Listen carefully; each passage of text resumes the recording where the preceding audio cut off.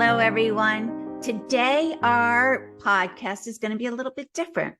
I am not going to interview anyone on this podcast because there was a topic I wanted to talk to you about.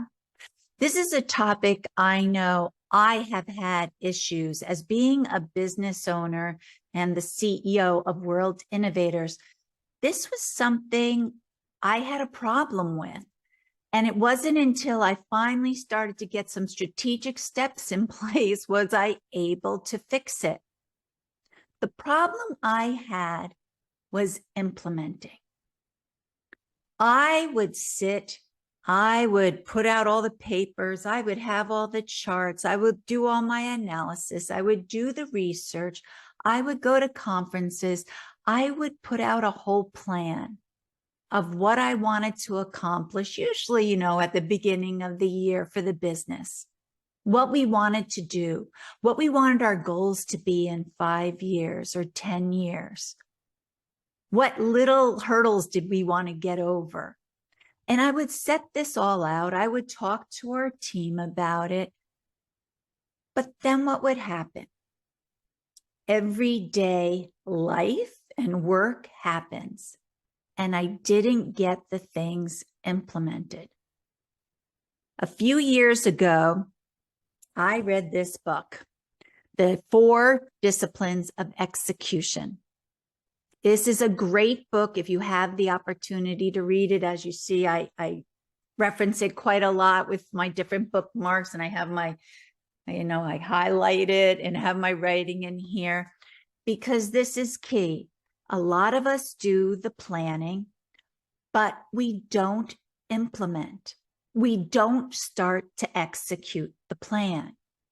So I wanted to go over the 5 things that I think are most important and how you can definitely start to implement those strategic plans that you have.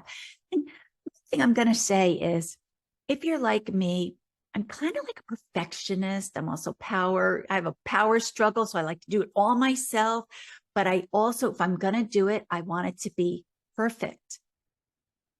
Well, nothing's ever perfect. So what I will tell you is sometimes you just got to jump in. Sometimes you got to just start doing it.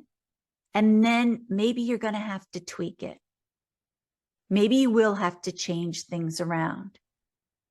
And when I know I'm talking about business growth and marketing, but we all know with marketing, it's all about testing. But isn't that also business growth?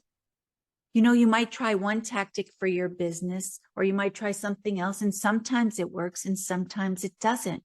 And sometimes you have to redo the whole thing. But let me go over those 5 steps that have helped me just kind of jump in and start to implement the plan. The first thing, effective communication.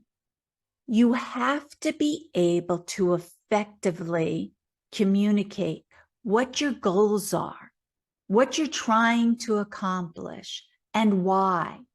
Why is it important? When you, yourself, and your team understand why it's important, that is what gives it that leverage to keep us going. An example, here's a little personal example as of right now. I'm going on a good ski trip out to Colorado in a month. So right now, I am hardcore trying to work out hard, run, lift my weights, whatever. And some days I don't want to do it, especially after a long day of work. But when I think about why I want to do that, because I want to be in the best shape when I go on the ski trip so I can have as much fun as possible when I'm there, that's what drives me to do it.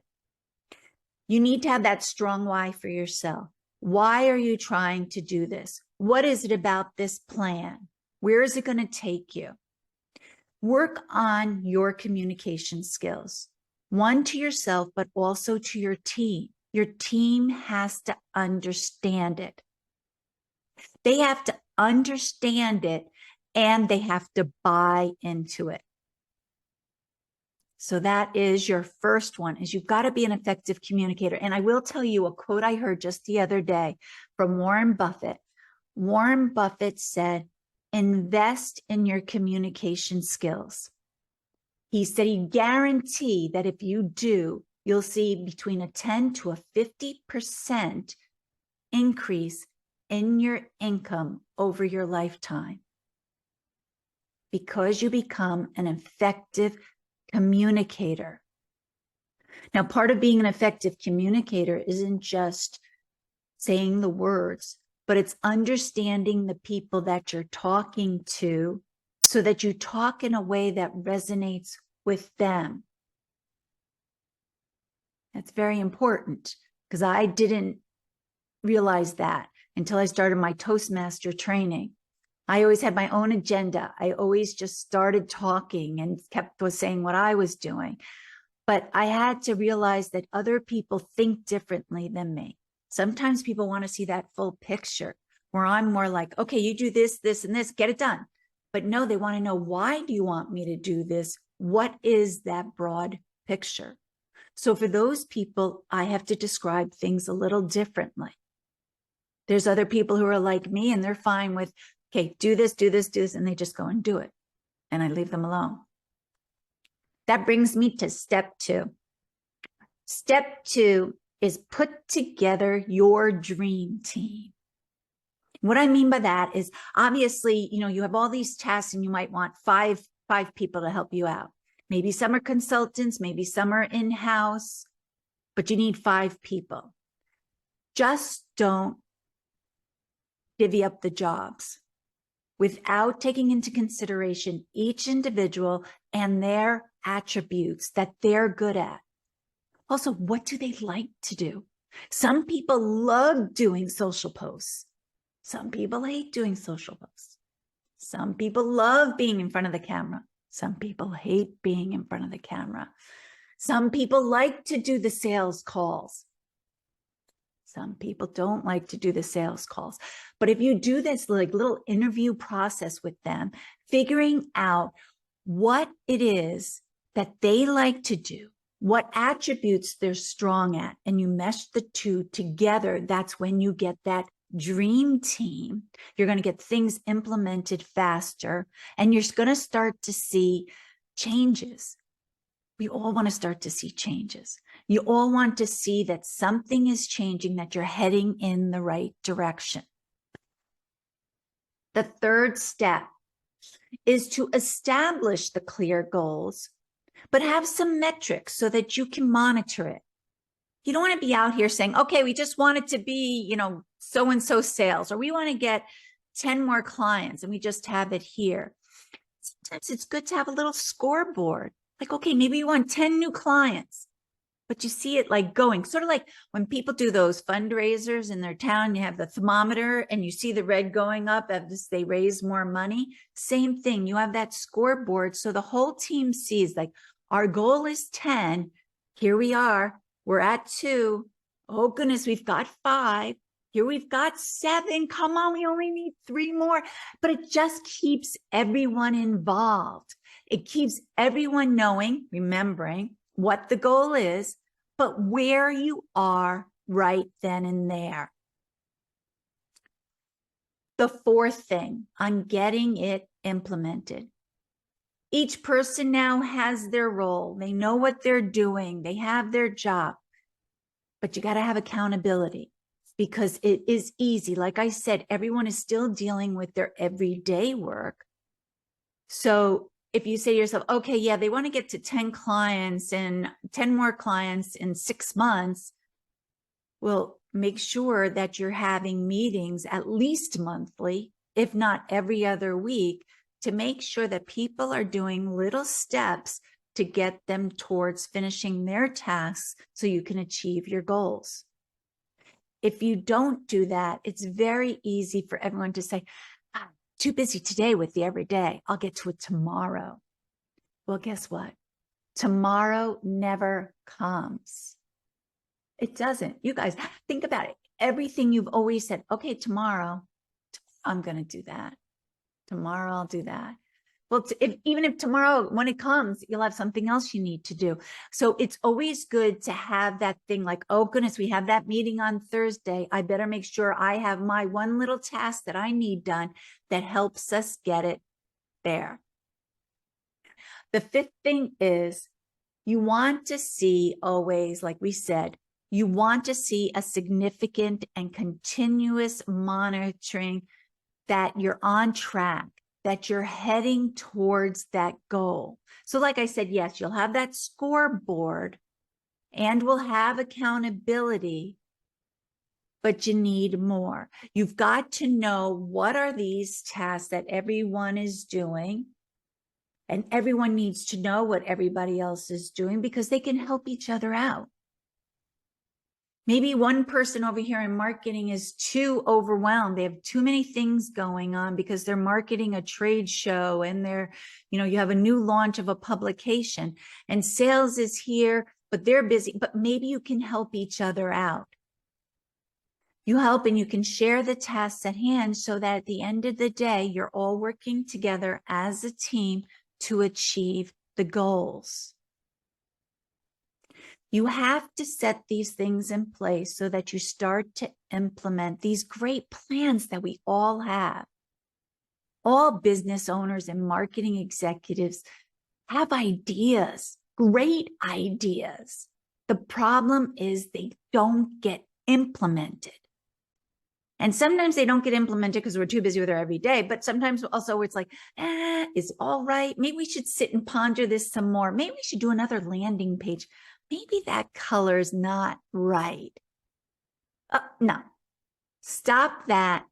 Set up these 5 things and start getting it executed. Become an effective communicator so your entire team knows exactly what they're doing. Put together your dream team, matching people's specific attributes for the tasks you're asking them to do.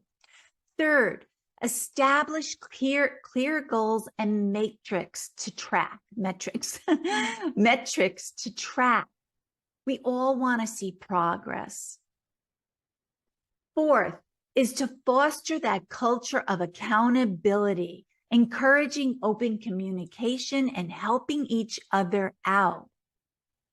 There's some days where one person is busy and one person may not be as busy. Help each other out to get the job done.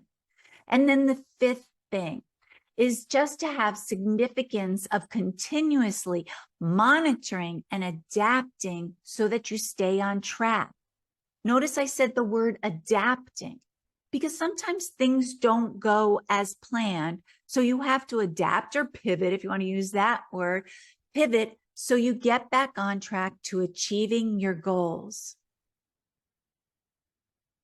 I wanted to do this podcast episode because this is so incredibly important to me, because I see so many companies that sit there and they spend a lot of time strategizing, creating separate groups, setting up research and getting more analysis and bringing in outsiders, and just start implementing. Get it in motion. You can always fiddle it. You can always adapt it or change things as you go, but you got to start. Start that, and also go read this book. It was great. It really sets it up. It talks about having scoreboards, how to have charts, how to create certain things so that people stay on board with what you're trying to do. I hope you liked this episode of the B2B Marketing Excellence podcast. Please hit subscribe because you do not want to miss the next announcement of our next episode. And if there is a specific topic, or if you'd like to be a guest on our podcast, please feel free to reach out to me. You can reach out to us in the comments, or you can reach out to me, Donna Peterson, at dpeterson@worldinnovators.com. Have a great day. See you later. Thank you for listening to the B2B Marketing Excellence podcast. Please hit the subscribe button below so you don't miss our next episode. And in the meantime, if you'd like to talk to me, please feel free to send me an email to dpeterson@worldinnovators.com. Till next time, have a great day.